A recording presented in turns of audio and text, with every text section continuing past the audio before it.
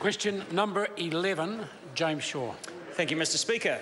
My question is to the Minister for Climate Change Issues and reads, did she make a bid for Budget 2016 to cancel government-held carbon credits to compensate for the past use of, quote, dubious credits in order to meet New Zealand's climate commitments?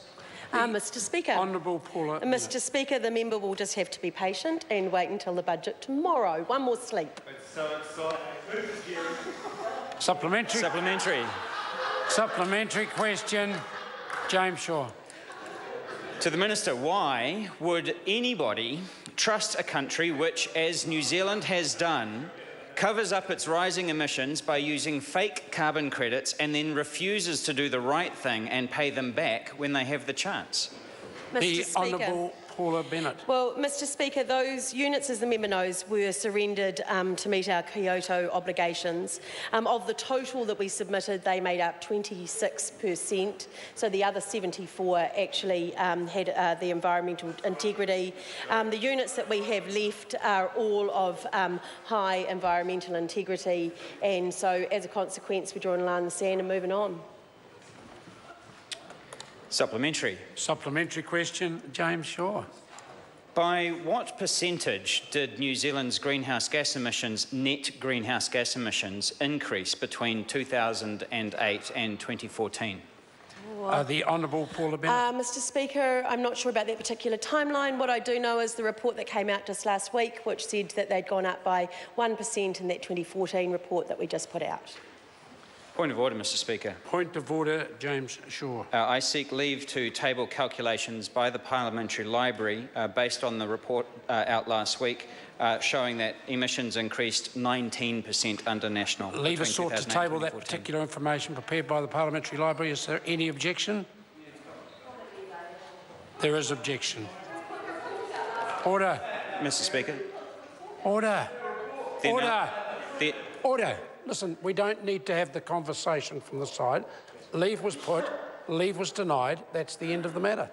Point of order, Mr Speaker. Point of order, James Shaw. The Parliamentary's analysis was not publicly available. Order.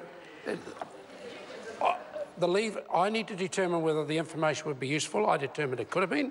I put the leave. It's then the ability of any member to decline it for it. They don't have to give a reason. So the leave was put, it's been declined. That's the end of the matter.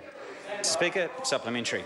Supplementary question, James Shaw. Well, will she concede that her government's decision to flood New Zealand with cheap, dubious carbon credits contributed to the 19% increase in emissions under this government?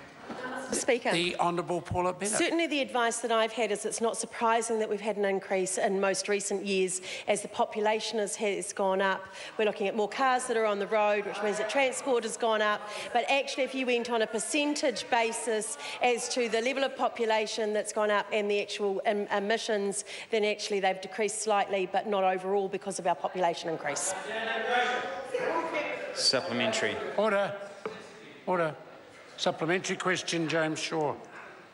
Given that our emissions are the highest that they have been since 1990, have risen 19% under this government's tenure in the time that we've had an emissions trading scheme, if she's not going to fix it in this budget, when?